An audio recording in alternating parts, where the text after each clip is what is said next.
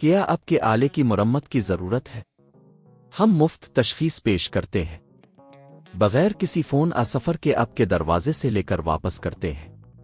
مرمت سے پہلے قیمت بھیجتے ہیں اور صرف آپ کی منظوری کے بعد آگے بڑھتے ہیں۔ سادہ، شفاف اور پیشہ ورانہ۔ تفصیل میں لنک۔ سرفیس پرو 4 کی اسکرین تبدیلی کے اس ٹیوٹوریل میں ہم آپ کو مکمل رہنمائی فراہم کریں گے تاکہ آپ یہ کام خود کر سکیں۔ اس کے لیے آپ کو چند بنیادی ٹولز کی ضرورت ہوگی، ایک پیج کس، ایک اسکرین پریکٹیشنر اور کچھ وقت کی ضرورت ہوگی۔ سب سے پہلے سرفیس پرو 4 کو بند کریں اور تمام کیبلز کو نکال دیں۔ پھر ایک نرم کپڑے سے اسکرین کی صفائی کریں تاکہ کوئی دھول گندگی اس میں نہ رہے۔ اب آپ کو اسکرین کے کناروں پر پیچوں کو نکالنے کی ضرورت ہے۔ پیچ نکالنے کے بعد اسکرین کو آہستہ سے کھینچیں۔ اس بات کا خیال رکھیں کہ آپ اسکرین کے اندرونی حصے کو نقصان نہ پہنچائیں۔ اگر آپ کو مزاحمت محسوس ہو تو ایک اسکرین پریکٹیشنر کا استعمال کریں۔ جب اسکرین کھل جائے تو آپ کو پرانی اسکرین کو ہٹانا ہوگا۔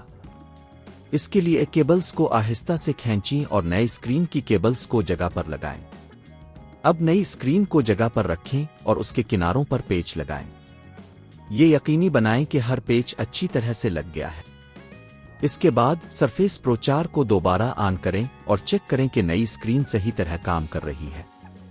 اگر آپ یہ کام خود نہیں کر سکتے تو مقامی مرمت کی دکان سے رابطہ کریں۔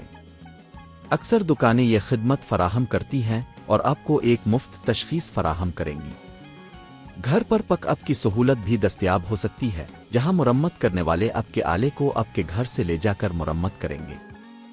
آخر میں یاد رکھیں کہ اگر آپ نے اپنے سرفیس پرو 4 کی وارنٹی کو ختم نہیں کیا ہے تو آپ کو اس بات کا خیال رکھنا چاہیے کہ خود مرمت کرنے سے وارنٹی متاثر نہ ہو۔